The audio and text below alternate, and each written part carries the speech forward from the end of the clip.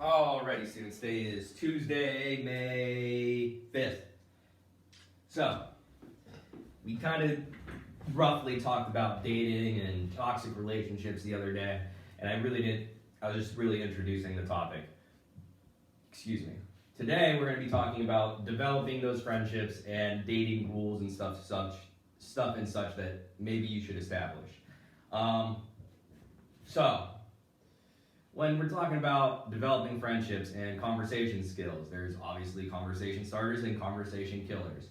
And I'm just going to briefly talk about these. These are things that most of you should know by now. It's just really simple things to keep in mind when you're having a conversation.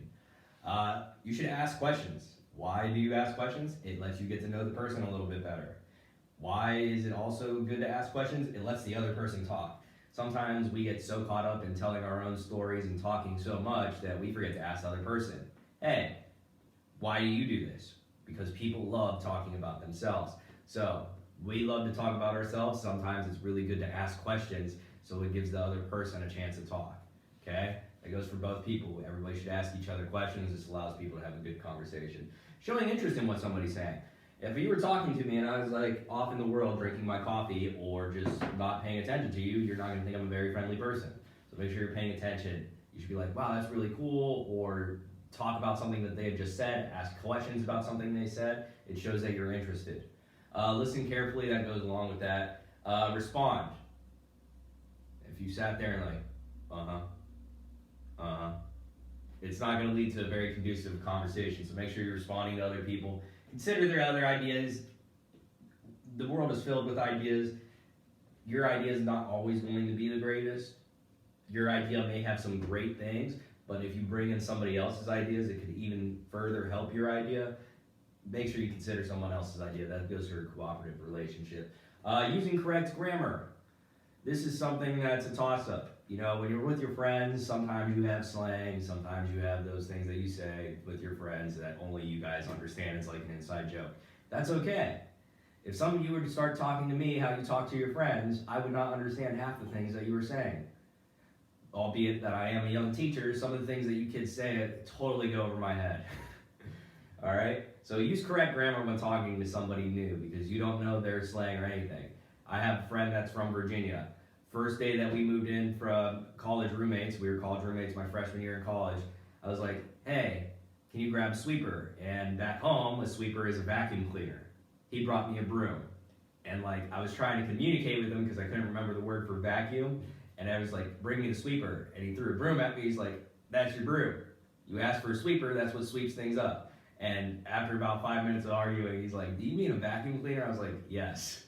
But sometimes, especially in different parts of the country, using correct grammar will alleviate a lot of issues. There's a lot of slang. Another thing that he said that I didn't understand was dinner was lunch to him. If you wanted to eat dinner, you had to say supper. So when he'd ask me, he's like, hey, you want to go get dinner? I was like, dude, it's 12 o'clock. I want to eat lunch, not dinner. He's like, that's what I said, dinner. Dinner is lunch, and dinner is what you eat at midday, and supper is what you eat at the end of the day. Just different things. Even in the United States, we have our own dialect. So there's something interesting. Use correct grammar. Some realize that some people's grammar and the way some people talk may be different in other parts of the country than where we are now. Encouraging another person. All right, you don't want to discourage people. It's a way to make people like, okay, I don't want to hang out with that person. So make sure you're encouraging when you're talking. Being positive. If you're a negative person all the time, it's kind of getting down the mood all the time. That's not a great way to continue conversation. Share your ideas and feelings. Encourage someone to talk. We all have those friends that are really, really introverted that don't like to talk in the groups. They have a lot to say. It's just they feel really uncomfortable and they don't know how to start the conversation. So go ahead and bring them into the conversation and increase the dynamic of your group there. Making eye contact. It's really important that you're able to look at somebody in the eyes and talk to them. Now, I'm not saying you stare at them in like this the whole time and try to keep eye contact. That's kind of creepy. But make eye contact. Things that will kill conversation. Talking about yourself. Appearing disinterested in what somebody says. So basically the opposite of what we talked about the first. Interrupting somebody. It's really bad to interrupt people. It's really annoying. Changing the topic. You don't always want to change the topic. There are some times when it's appropriate to change the topic and other times when it's not. If somebody's really, really interested in talking about something, it's probably not a good time to change the topic. If you realize everybody's disinterested in the topic you're talking about, maybe you should change topics. So that one's a little bit of a toss-up. Being a know-it-all, using slang words. Slang can sometimes kill a conversation because people can't follow. Bragging, complaining, talking about others, trying to dominate the conversation, meaning not a lot of other people are talking, and avoiding eye contact, okay? That's pretty much that. We'd have a conversation at this point, but we're going to nix that.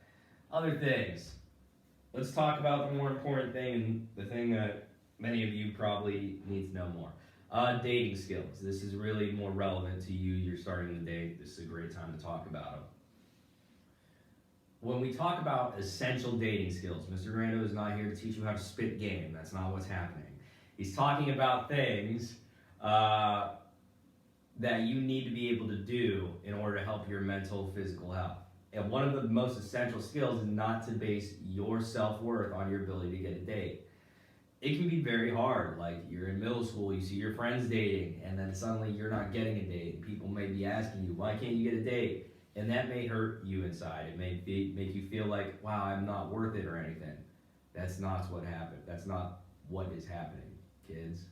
So, do not base your self-worth on your ability to get a date, all right? Whether you are dating or not, that does not make you any less of a person, and that's one really hard thing for middle schoolers and even high schoolers to understand. Your ability to get a date does not decide how valuable you are as a person. That's one really essential skill that you have to master. 2, ask questions and facts before accepting a date. If a stranger was to ask me on a date on the street, I would 99% of the time say no. There's very few times where somebody should say yes. Actually, 100% of the time. If just a random stranger's like, hey, you want to go on a date? I'm going to be like, no. If you meet somebody and you ask them a bunch of questions, and then eventually one of the questions is, hey, would you like to go on a date? You should probably ask some more questions, okay? If you know somebody and you've known them for a long time, that's a little bit different. If they ask you on a date, you can say yes because you know the person. But you should ask these questions before going on a date. Where are you going? What time are you going? Okay? Those are really important questions, and it's for your safety. You want to know, what are you going to be doing when you're on the date? Hey, let's go to the bowling alley. At what time? Here. And when are you going to be back? Well, we can go be back at this time. Those are really important questions to ask, because if your parents know, they know where to go and check on you, okay? If somebody says that you're going one place, and then they find out, or you find out that they're probably not going to go that place, that's a really big red flag. That's why it's really important to ask questions. If they say, surprise me, I wouldn't accept the date, because you don't know what's going to happen. You have to understand you have to understand and ask questions to know what is going to happen. Okay? Decline a date when there will be pressure to drink or be sexually active. If you go into a situation where you have somebody that you have a strong crush on, and they're like, hey, you want to go to this party, that is putting you in an extremely dangerous situation, not only physically, but mentally and emotionally. There's a lot of things that can happen. When alcohol is involved, a lot of terrible things happen to people. There can be a case where somebody takes advantage of somebody because they were under the influence. There's cases where people drink and they make embarrassing situations of themselves, and they feel a lot of shame, and that hurts their mental health. When there is pressure to drink, that is not the person you want to be going on a date with. If their idea of a date is going to a party, it's not a great idea, and you need to avoid those situations, because only bad things happen in those situations, okay? Honor your dating commitments and don't change plans if someone better comes along. This is usually a problem with my high schoolers as we get to homecoming and prom. Somebody will ask somebody to prom or homecoming, and then like 3 days later or something like that, somebody that they had a crush on ends up asking them. Now they have a complicated decision to make. I don't think it's complicated, but to them it is. They can either take their crush, or they can take the person that they originally made the plans with.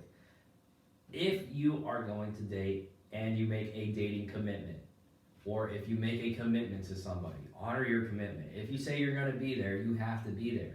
Because if you don't go and you go and do something else with somebody, that shows that you have no commitment to anybody. It makes you look like a terrible person. It hurts the other person who's there, and that's not fair to the person there, and it's not going to be fair to you as people start talking about your reputation and how that makes you a terrible person. So, Make sure you honor your dating commitments. If you say you're going to take somebody out, take them out. Okay? Recognize the advantages of having a lot of dates. And what this means is, if you take somebody on a date, that does not mean your boyfriend and girlfriend or automatically anything like that. What that does mean is that you've taken somebody out to try to get to know them. If you don't like the person, then you tell the person at the end of the date, like, hey, this isn't going very well and I don't like this. I've had friends that went on dates with somebody one time and after the first date, they're like, that ain't happening again. And they tell the person. I've had a friend in college, she went on a date with somebody and she's like, that wasn't a good date. And I told him that was terrible. And I was like, cool. And they never talked. And she was very respectful about it, but that was it. Does not mean that they're boyfriend and girlfriend. It was like they had a mutual interest in each other, and after the date, she found out that it wasn't going to work. That's okay. That's what this means. Because if you go on a date, you can find out if you like a person to date them further. If you don't go on a date, you're never going to find that out. Okay. Number 2, make a fast exit from a date when you find yourself in a situation that violates your parents' or guardians' guidelines. Your parents are probably going to give you rules to date. They don't give you those rules to break them. Believe it or not, those rules are there for your safety. My mom had a rule, be home by 12. Why? Because if I was out past 12, nothing good was going to come of it. And also in my community, when I grew up, we had a curfew. If I got caught past 12, there was consequences. Okay? So very few times was I ever not home by 12 o'clock. And when I missed my 12 o'clock deadline, I had a rule. I better be on the phone with my mom talking to her and let her know what happened. There's one time I was at the movies and I was like, okay, Mom, this movie ran later than it's going and we're getting food before I come home. I'll be home at like 12:30. All good because I called and talked to Mom. These rules are in your place so you can be safe, not because your parents want to punish you, okay? And especially dating rules. If your parents establish guidelines, it's really important you follow those because they know better. Believe it or not, your parents were teenagers. Your teachers were teenagers. We have all experienced this world and we actually know what will happen, okay? So that's really important. Don't hesitate to call your parents or guardian if you're on a date. Ladies, I guarantee if you called your father and you said, hey, this guy, I don't really like him and I'm not able to leave the date. Can you come pick me up? Your dad will show up within 5 minutes, even if you're 10 minutes away, because he will speed down the road. And he'd probably bring a bat with him, okay? Boys, if you called your mom and said, hey, I need picked up, your mom would love to come pick you up. Trust me, call your parents or guardians if you're in a bad situation or you're not comfortable in the situation you're in. Your parents will be there in a heartbeat, okay? And dads will usually bring a bat. Now, feel comfortable staying home when you don't want to date. You do not have to date at your age. You can be like, hey, I don't want to date anybody, and just not date people, and that's okay. Just because you're not dating somebody, this goes back to the first one, doesn't mean you can value yourself less or that makes you a worthless person. No, it means you just don't want to date, and that's okay. Be clear about your expectations when you give or receive gifts in a dating situation. So there are some people that hate getting gifts, and you're going to be like, that doesn't make sense. I'm one of those people, and it's when you get gifts and you don't really... For some people, they feel like they have to repay those gifts. And there's times when somebody's giving me a gift and I was like, man, I feel bad because I don't have something of equal value to give you right now. And sometimes people put more thought into one gift and the other person doesn't, so it makes them feel insignificant. So when you give gifts in a situation, make sure that you both have an understanding and what the rules are going to be, because sometimes it's really, really hard for people to understand this. Be honest and kind when you turn someone down for a date. Okay, so going back to my high schoolers when they ask people out for homecoming and prom, that can be very, very difficult, especially if you try to make it a public spectacle with the little poster boards and like something cool and unique, and then the person tells you no in front of everybody. That's going to be extremely embarrassing. If you have to tell somebody no, be respectful. Be like, hey, this isn't going to work. I don't want to go with you, or whatever the reason is. Be respectful. If somebody takes all the time to make a little poster for homecoming and ask you out in public, although that's a bad idea, because if they say no, you have to deal with that. But if somebody does that, be respectful. You don't have to be like, oh, you're awful and disgusting, because that is really cruel. That's pretty much it. If you have any questions, email me. Tomorrow we'll be talking about toxic relationships. Have a great day. That's our 15 minutes.